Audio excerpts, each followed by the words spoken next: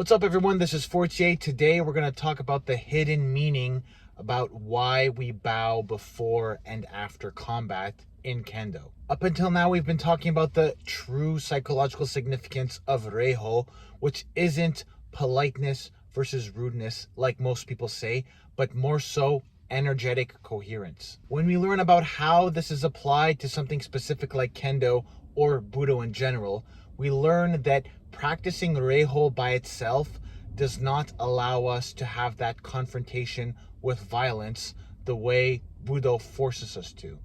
The real purpose of reiho then, when it comes to Kendo, is allowing our consciousness to remain integrated in the presence of that fear, aggression, domination, and symbolic death that is confronted with us in Kendo.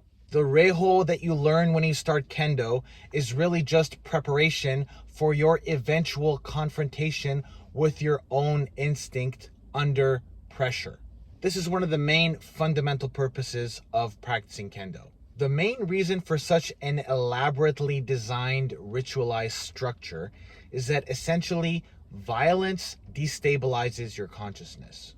So without a symbolic containment of some sort, our identity collapses into survival mode and our ego fears its own fragmentation.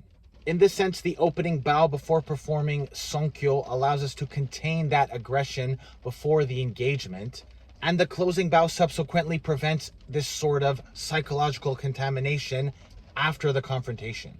This doesn't erase the violence per se, but instead frames it symbolically. This is a very important distinction. Without this ritual, the aggression from the confrontation becomes personal, and now instinct dominates the relationship.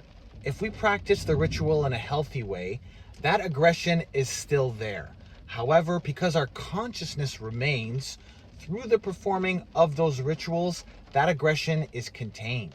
When we look at all the other technologies that exist in Kendo, such as Sonkyo, Kamae, Shiai, Zanshin, Seme, Mai, etc., there is a specific contextual, symbolic ritual function for all of these technologies that exist in Kendo, depending on the stage of confrontation you are with that instinct that is normally repressed and contained.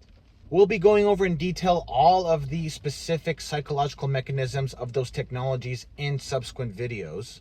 But for today, it's important for you to recognize that through the repeated performance of these rituals is that through that repeated transformation, your body becomes vertically aligned as a symbolic axis between consciousness and instinct.